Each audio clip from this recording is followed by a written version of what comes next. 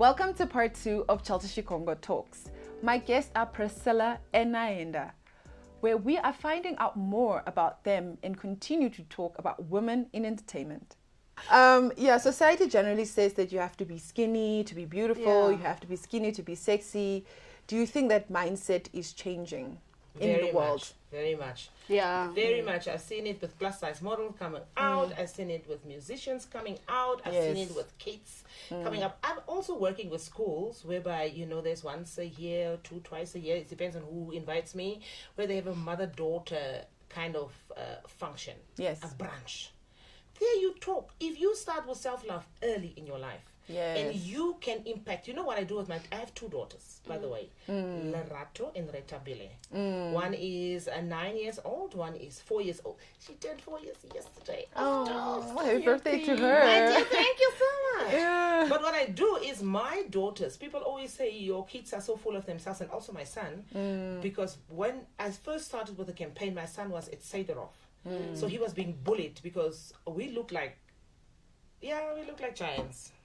We are giants. Yes, we are giants. Tall people, we are just giants, Yes. And he is a giant, but is also like chubby. Yes. And when he was at school, he was being bullied and everybody was just nasty. And so when the campaign came out, he was so proud.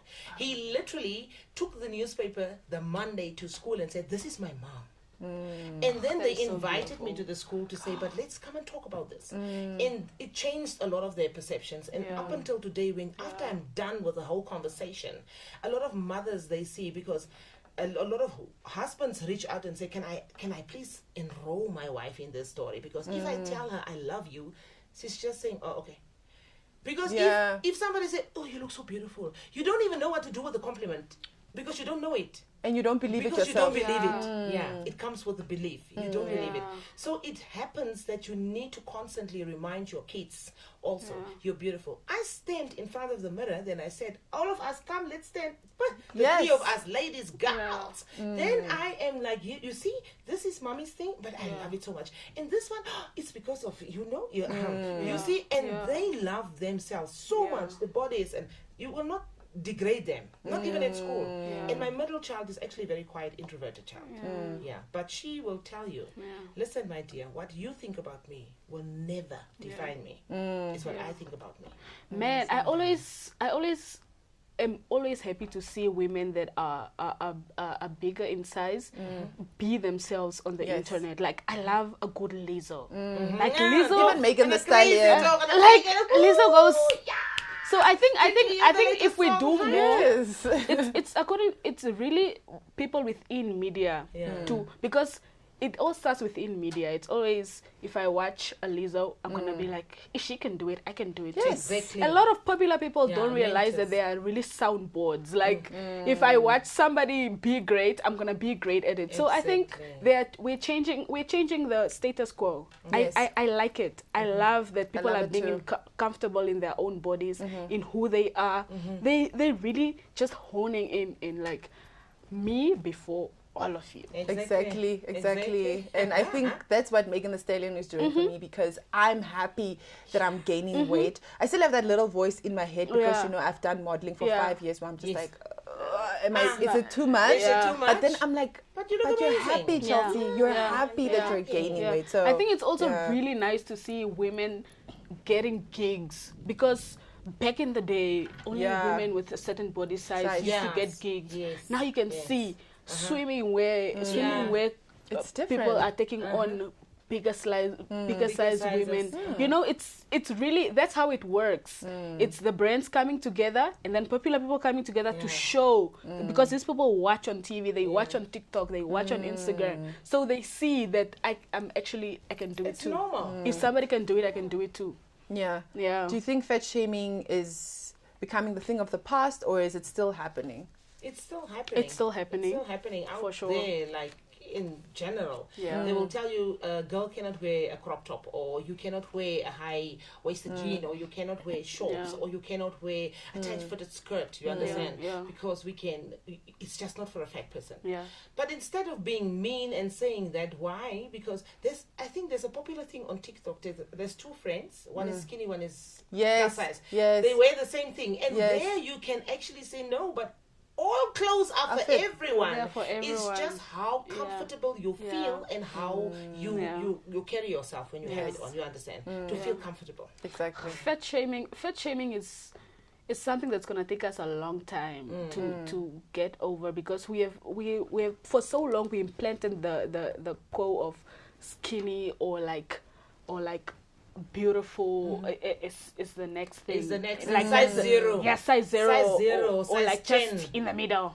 That's the standard. That's the benchmark. But it's gonna take a long time. But we're getting there. For as long as fat women are out there saying, "Here I am," I've worked with take a lot of it or not. and the 2017 Love Yourself campaign involved, I think I must do it again, involved everyone from all sizes, tall, short, skinny, petite. And there I've realized that even those girls that look perfect to you outside have insecurities. Yes. And so much that they tell you, when I have a plus size friend and I'm skinny, we are always bubbly and always there, and we are always the friends of the guys. So the guys always follow us where we go. And they are shy and introverted. So they have told me that we never go out with you guys. Or if we go out with you, it's because we want you, like, really for your protection. Yeah. Yes. Because we're also bold, and we will say, no, but you cannot sit here.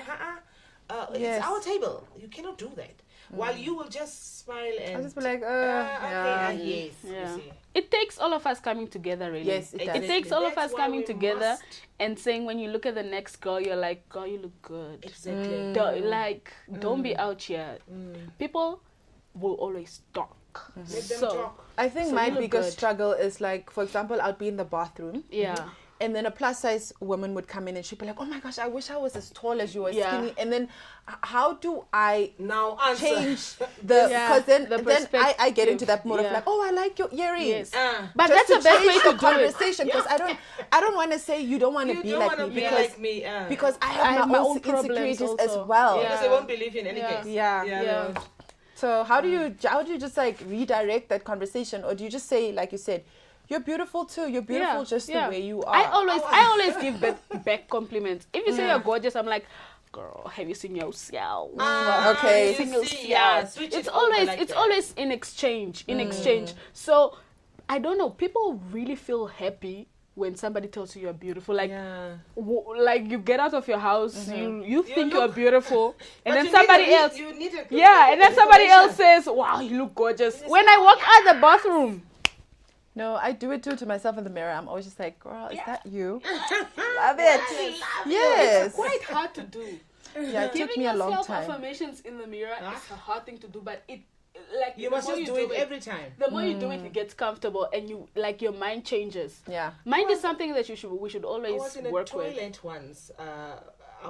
There was no other place, unfortunately, for me to change. So I had to change in the toilet. So I was now in my undergarments and I needed to put on my dress. And there was a lady coming out of the loo, and I said, please, can you zip me up? And she zipped me up, and she was like, is this yours? She was touching my bum. I was like, it's mine, girl. Yes. It's mine.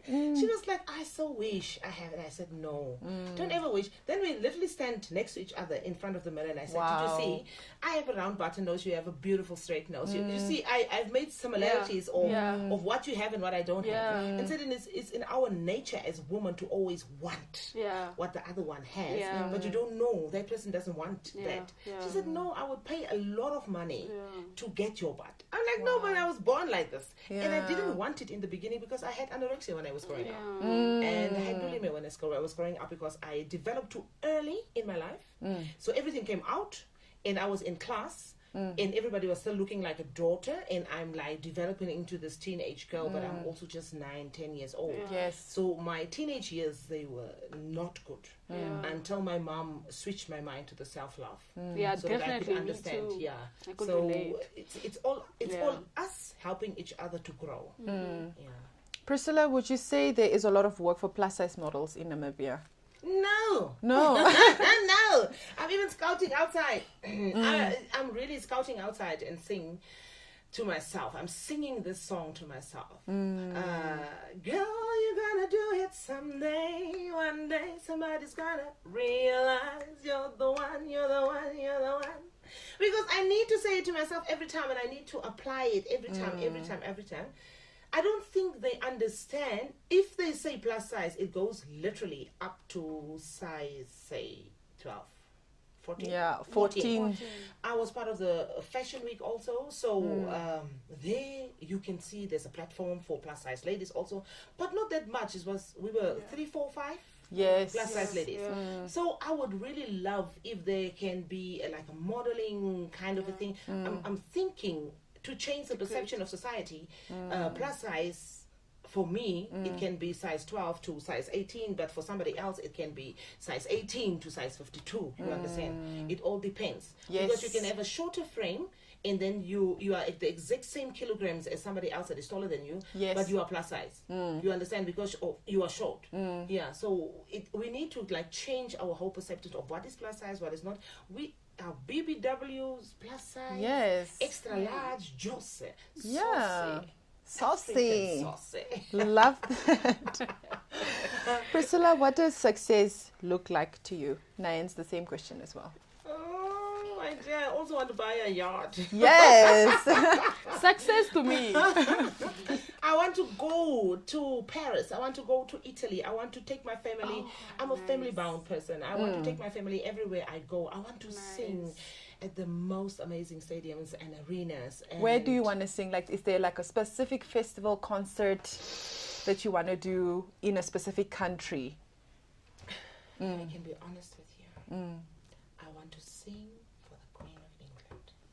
Oh. I really want to just do one song for her to blow everybody's mind. I must literally write a song for her to blow everybody's mind so that I can just, that is my biggest dream and desire. Yeah, and of course I want to like perform with Chris Brown. Yeah. Okay, so the Queen of England. Queen of England. I don't know why, but so small. Because we believe in fairy tales. And I think that it comes from there. That's the moment. That's my moment. That's the moment. Beautiful gown and just, be all elegant with yes. Doing the things. No, it will happen. It will happen. Yeah. She's still alive, so it will happen. Yes. Nahenda, what is success to me? I always say, like it can be money, but it can also just be a peace of mind that I'm doing everything I've been put on this earth to do. Honestly, like I'm like harvesting in all, because I'm a creative, so I don't only have one job that I do.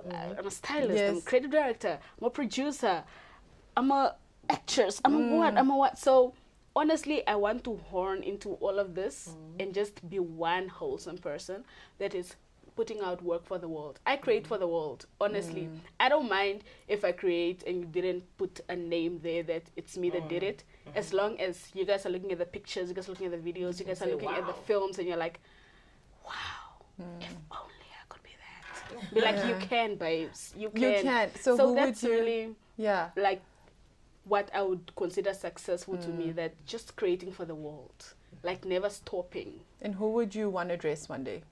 Who do you already have an idea? Like, obviously, you've seen the Met Gala. Burna Boy. Okay. Burna Boy. Okay. Burna Boy. You already know what you want to put him in. Literally, if I could direct a music video for Burna Boy and dress him, oof, it's him. Which song are you thinking about already? Because you know, it's a new album out now. Yeah. So which song? I listened to it already. Even. Which song are you thinking about already? Where you know, okay, I have an idea how the song could go. How this music video could go for this song. I think Common Person, but also It's Plenty on the new album. I like those two songs, and I think, and I have a friend Namafu. We're always talking about if we could direct this music video, if he gives us a chance to, we'll knock it out the park. Okay, literally. Putting it into the universe, Burna Boy. Please, please, we are here. Please, Priscilla, where do you want to take your career? I want to take my career internationally, like perform and collaborate with the biggest artists like Celine Dion. I love Adele so much because she just writes songs that are amazing and that speaks to me. From the male side, I wanted to say this name, but I will not say it. Chris Brown.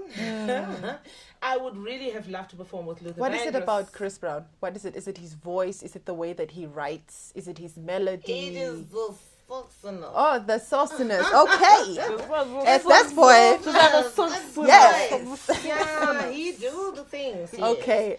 I would really like to collaborate with amazing artists and take my career, because I hear the same sentence over and over again. Your voice doesn't belong in Namibia. Your voice doesn't belong in Namibia. But are they helping to get you to that? But they don't help me to get to do that. Yeah. You understand? And because I also feel, if I'm going, I want to go with everyone, my whole family. I don't want to be going over there and then you get the producer wants to sleep with you before you sign the contract, or who wants to do what before you. No, they must understand and respect my brand. I'm a mother, I'm a wife to be, understand, and then just focus on my talent and let's get you there. Yeah.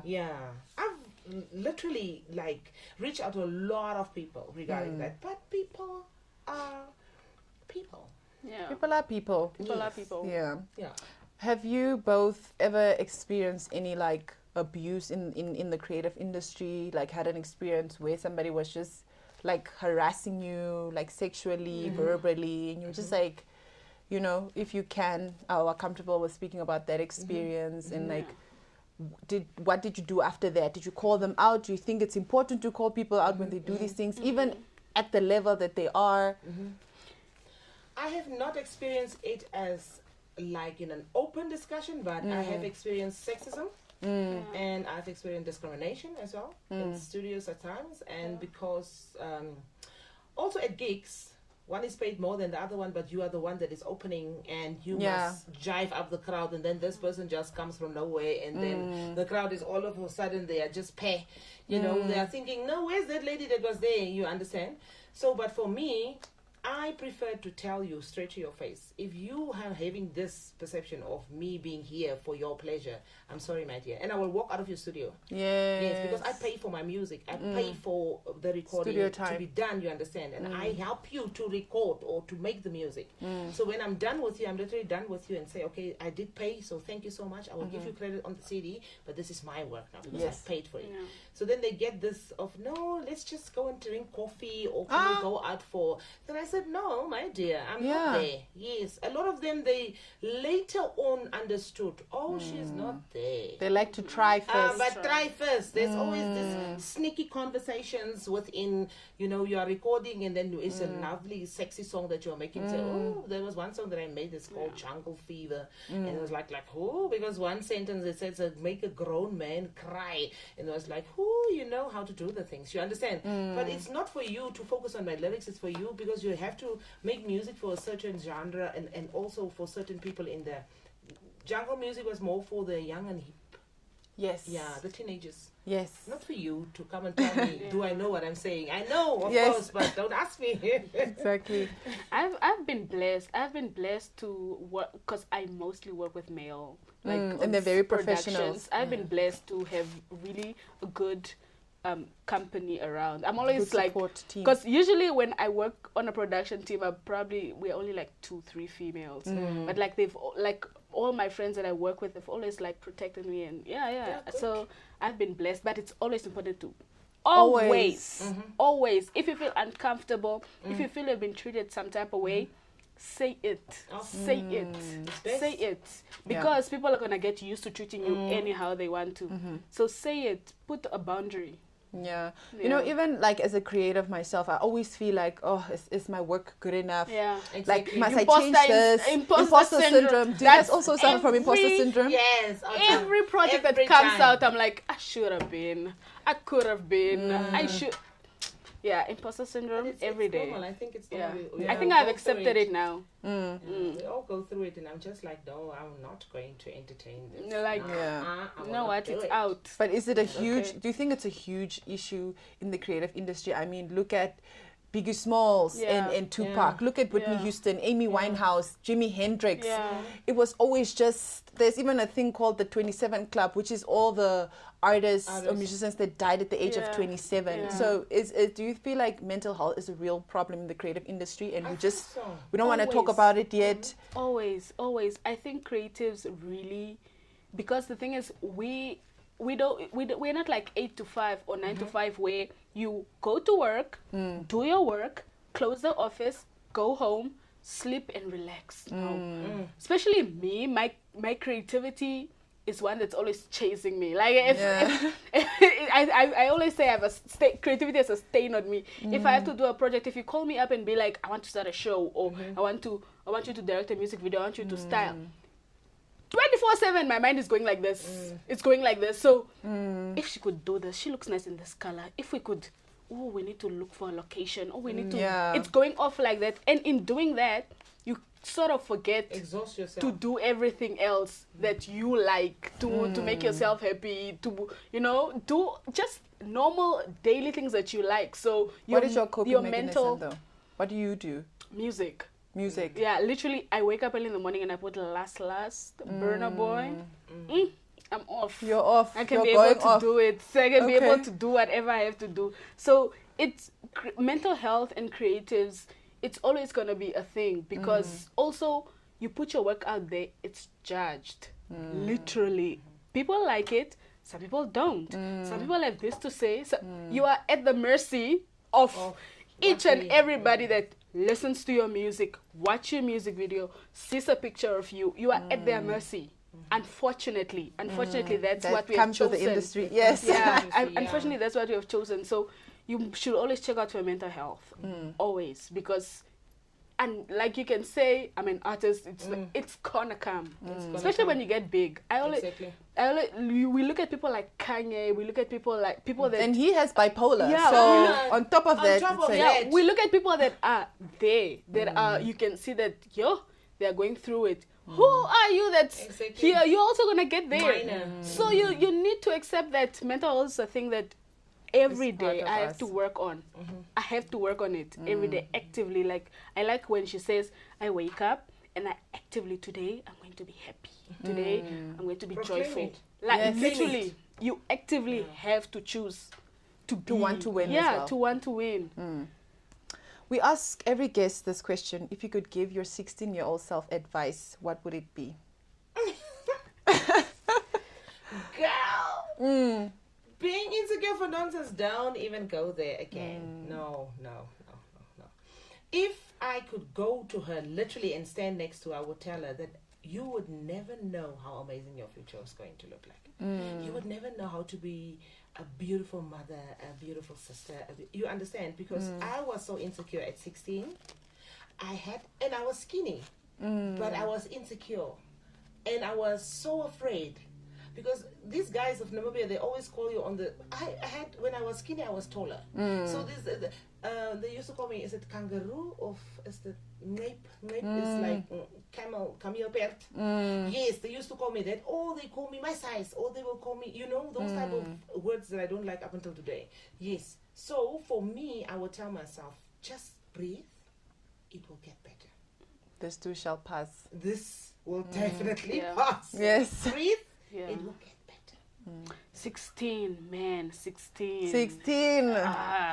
16, I was so insecure, I was so shy. I was so, just like, be yourself. Though, because I think I've learned to be myself over the years. And I feel like at 16, I was probably trying to impress people. Probably trying, like, find yourself. Take the time to find yourself and love yourself. Yeah. Like, the bullies...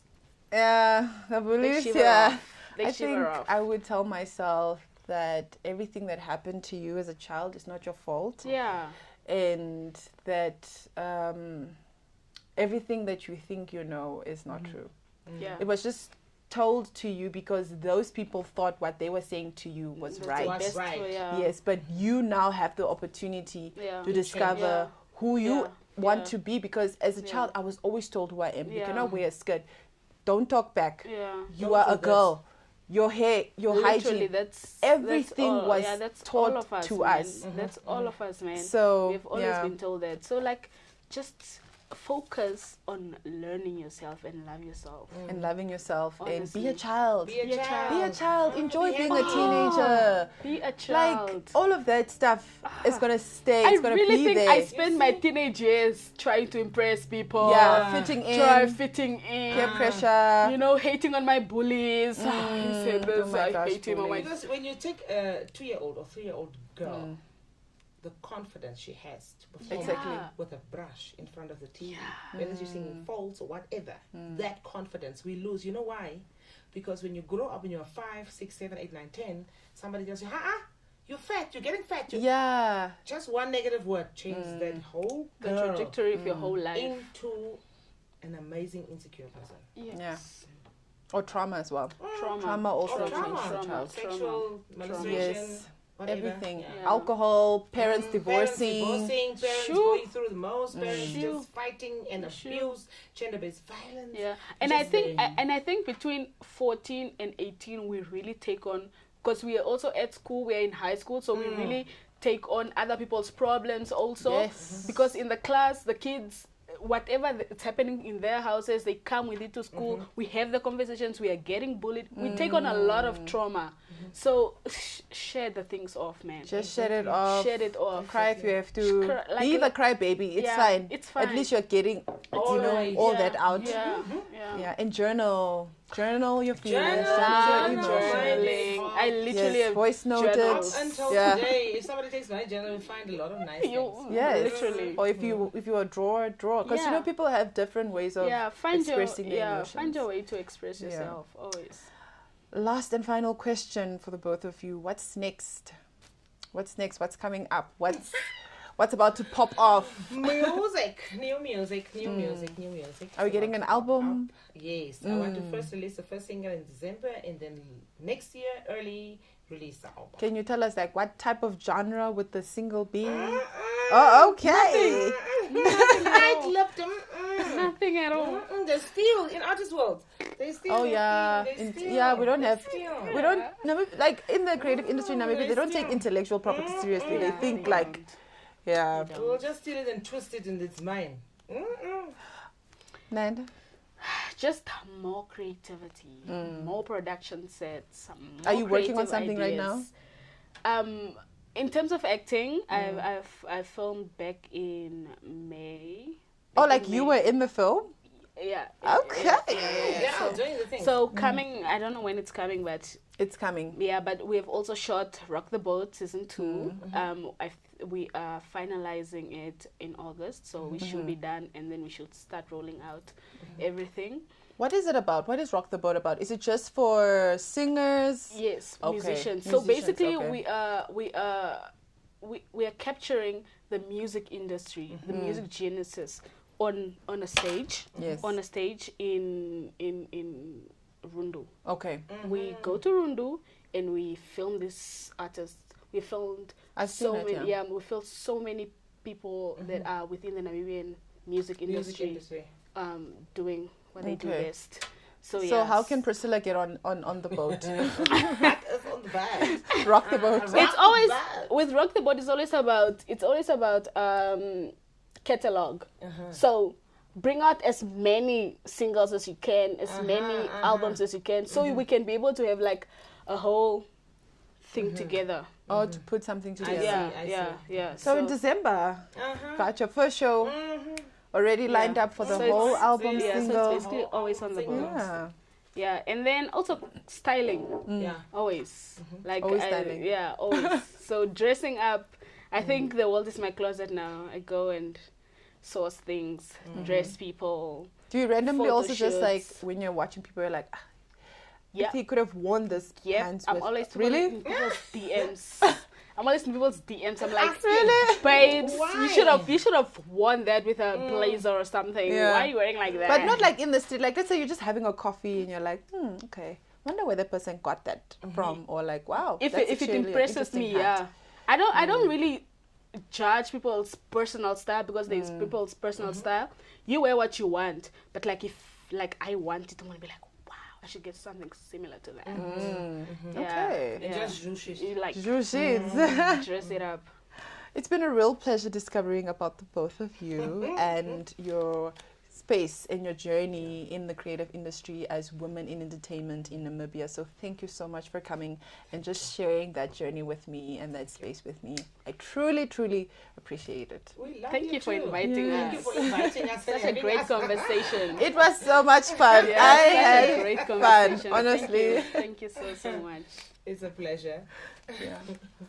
Don't forget, all our episodes appear on all platforms, including the 99 FM app, YouTube, Spotify, Apple Podcasts, Amazon Music, and Google Podcast platforms. Plus, you can download every episode to listen again. Join me next time for Chelsi Shikongo Talks.